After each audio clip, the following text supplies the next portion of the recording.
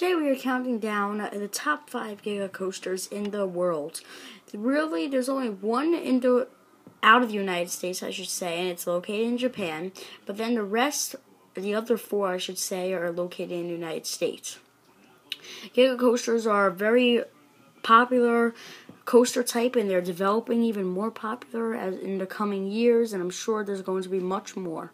Cedar Fair is the park that develops the most of them, so of course at least most of them, about 4 of them I could say right now are in this countdown. 4 out of the 5, and 1 is not a Cedar Fair park, and nor is it in the United States. So let's jump right in with the one that's not in the United States, Steel Dragon 2000. Now, although this is the second tallest Giga Coaster out there, and it's equally the fastest along with Fury 325, it isn't the best. It's actually a pretty rough ride. However, they changed the train so it wouldn't be as rough, but it still is a little bit jerky and it just whips you around too much. It gives an insane whiplash. However, it's still a Giga Coaster, so it's still obviously going to be a good ride no matter what. But it's definitely the roughest Giga Coaster out there. It was originally the tallest Giga Coaster out there, and it is still the tallest Giga Coaster out there out of the United States, but the tallest Giga Coaster in general now is, of course, the Fury 325, which is new for this year at Carowinds.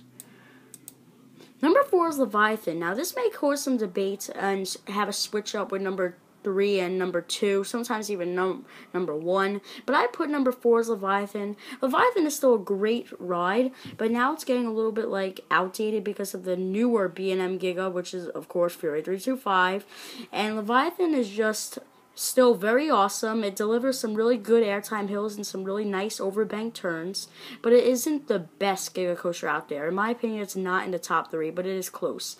Definitely the 4th best Giga Coaster out there, as you can see. All Giga Coasters are good, but since there's only 5, all of them are good. But if there was a top 10, if there was 10 Giga Coasters, then this would be very good. But since there's only 5 Giga Coasters, this is just okay for a Giga Coaster.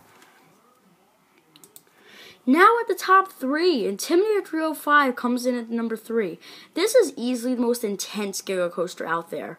It has an 85-degree drop, some insane overbanked turns, and insane speed. It's 90 miles per hour. It's the slowest Giga Coaster out there, but 90 miles per hour is still insanely fast, so that's still good.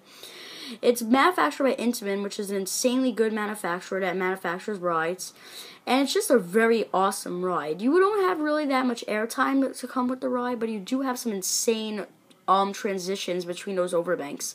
It's a very awesome ride. And it has that insanely fast cable lift hill, and it has a pretty steep lift too. So that's why it's coming in at number 3. It's a very awesome ride. Highly recommend it.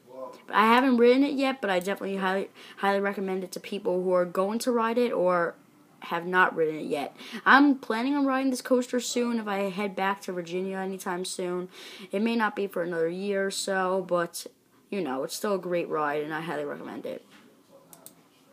Number 2 is Millennium Force. Now, this is a very possible coaster that I'm actually going to ride this summer. It's a very high possibility now that I'm going to be heading to Cedar Point. I thought I wasn't at all, and that would be next year. But it is possible again that I will be heading there this summer. I will have more info on that later on in my next few months or so, as the summer gets closer and closer. I don't really have that much information on it because it's only April, but maybe in June or something I'll have some more information if I'm going to go definitely or not.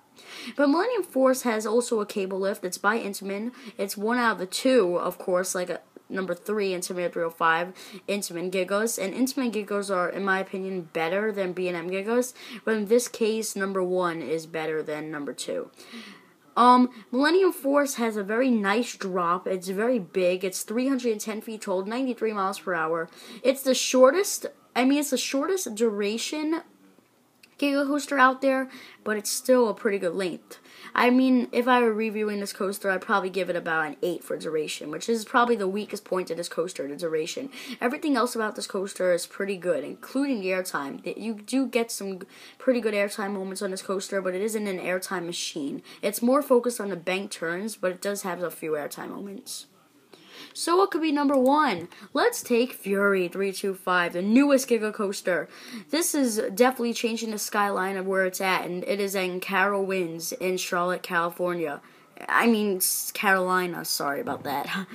This coaster, you guessed it by the name, is 325 feet tall. It's 3 minutes and 25 seconds.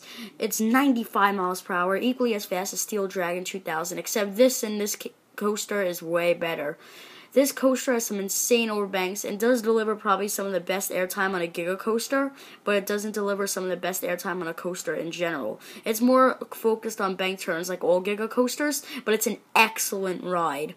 This coaster just never loses speed. It has an insanely bottomless drop. You just feel like you're floating out of your seat forever. You feel like you're on that drop forever. You feel like you're going up that lift hill forever. Just every major element about this ride feels like it's gonna never end.